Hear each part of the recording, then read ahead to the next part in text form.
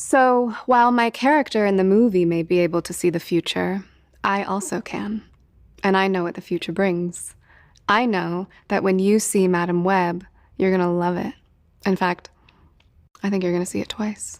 I know that for many of us, when the Madam Web movie was announced, we were all like, what? Like, out of all the Spider-Man projects that are there, they chose to make this? Like, and when they announced the cast, I know about 60% and more actually were excited for this movie. Just because of these four ladies, Dakota Johnson, Sydney Sweeney, Isabella Maceed, and Celeste O'Connor. And I even forgot about Emma Roberts, who was not even part of the marketing, but she's also amazing. And yeah, fire cast, beautiful ladies. I mean, if you watch the premiere and the dresses and the outfits that they came out with, they came to slay, obviously, and they did.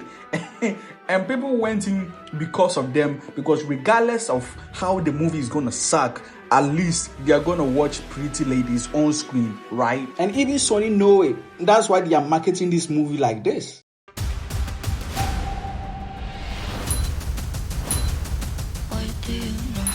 I know Taekwondo.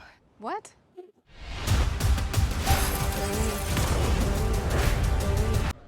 Hot.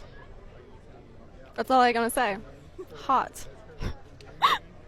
And so from the title of this video, I definitely watched this movie for the plot. But with that aside, I'm someone who likes to give movies a chance. No matter how bad the trailer is or awkward or just meh, I still go in, even with that low expectation, I still try to judge what is laid out before me, the whole movie. And this whole movie was just a mess, to say the least. The pacing was just all over the place. The villain, this might be one of the worst villains. I'm not going to say it's the worst villain, but one of the worst villains in movie history. Not superhero movie or whatever, in movie history, period. Now, the whole plot is simple in this movie. Cassandra Webb's mother is in the jungle searching for, a spider that has the potential to help in making cures for whatever diseases, how many diseases. You know how this, type of movies and these scientists go, oh, it's going to cure a lot of diseases. So this and this and that. And so she does find the spider, and then we find out later that Ezekiel, the guy that, a mercenary of some sort, they never specify. But he's also been looking for the spider for whatever agenda, they also never specify this too.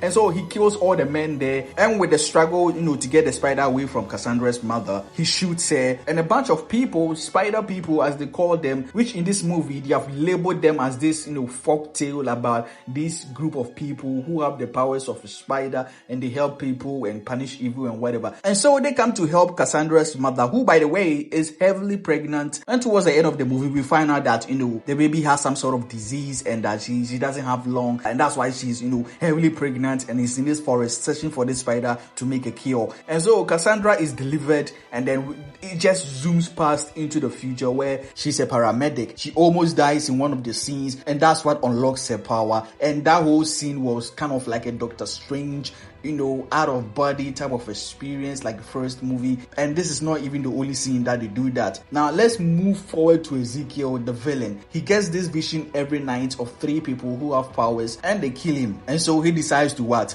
Kill them before, they gain their powers and do that to him. And that's what leads to him chasing them, trying to kill them. That's kind of basically the plot if I try to summarize it. Man gets vision that 3 people are trying to kill him, so he tries to kill them before they kill him. That's it. Now back to Cassandra, her power starts activating more. She starts seeing the future, but with her power, it feels like she actually lives through it, kind of like a deja vu. Like you know that this is something that has happened before, that feeling. But in this case, she actually knows it. Now you may think, how are these 4 characters going to meet each other? Well, the movie decides to make these 4 characters coincidentally pass by each other in about 4 scenes. 4 freaking scenes where 1 or 2 or all of them are in the same location without knowing it. First time, it was harmless.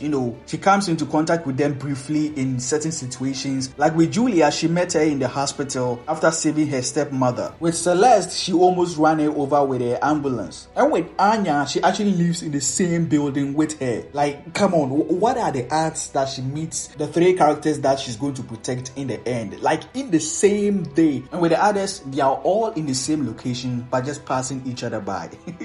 It was just funny when it just just kept happening. Now, finally, of course, they met each other. Coincidentally, again, they were all in the same train together, and that is where she saw a vision of, Ezekiel coming in to kill them. She saved them, of course, got them out, and that is where the journey began, with them on the run, trying to hide, and she trying her best to protect them. Now, I'm not gonna sugarcoat it, but there are some really, really dumb moments in this movie with some bad and atrocious dialogue. Now, one scene that I was like, who the F wrote this part? Was when the three girls ran into a diner to get something to eat. And whilst there were some high school or was it college kids? I don't know. They never specify again. This movie really doesn't like sharing information and details about certain things. Like, how did he specifically know that if he gets that spider with his venom, he could gain powers and not actually kill him? Why is he walking barefooted? Why is he wearing a spider-like costume? Is he an already established villain or hero? Just questions like these that they never answer in the movie. Now, back to the diner scene. Sydney Sweeney's character Julia spots some high school or college kids and she's infatuated. They are looking at her. But then Marty convinces her that they should go there and readjust her shirt to make her sexier. Like, what the hell? Now, at this point, Cassandra had already gone home. And so when she returns to the forest that she left them and starts looking for them and finds them in the diner, these three ladies are on the table in front of these boys dancing. Like, what the hell is this scene? These are high school kids or college kids. I don't even effing know. They never specify again. I don't care. The point is, they are dancing in front of these boys that they've just seen today, literally about 30 minutes ago. Now, with the movie producing awkward, unnecessary scenes like this, it's not like the dialogue is even better. There are some that will make you cringe and actually feel bad for these actresses actually saying them. One was when Cassandra left them in the forest. Before she went, she said, don't do anything dumb. Seriously, don't do dumb things. And the next one was their own take on, the Uncle Ben quote. But with this, the guy says to Cassandra, you are the only one who can change the future. And when you take on the responsibility, great power will come. Who flips off an ambulance? Yep, real line in the movie. What the fuck wrote this? And last one, promise, last one, this is the last one. It's during the ending big action sequence where the girls having a conversation. It's a death trap. And that's a good thing. As long as we are not the ones that get trapped. Like, if you look at the writers too, it makes sense because two of the writers are the ones who also did Mobius. Which is very surprising that Sony hired them again. Now, if you think that you're going to get this, beautiful 3-4 ladies suit up as, their spider counterparts at the middle or getting to the ending or at the end of the movie, the big action sequence with the villain, I'm sorry to tell you that this doesn't happen. Now, the trailers and marketing just deceived us all. The only way the suits in the vision that Ezekiel has, that vision of him getting killed by these, 3 Spidey ladies. That, and at the end of the movie, when Cassandra talks about how he can see their future and that they're going to do great things, they're going to save lives, and they show a visual representation of that, kind of, in this case, a flash forward where we see them, in their Spidey suits, in just some quick cuts and shots, and that was it. And when you combine that, I kid you not, they are only wearing the suits in this movie for literally less than 2 minutes. Heck, I'm even being generous. And there's literally one shot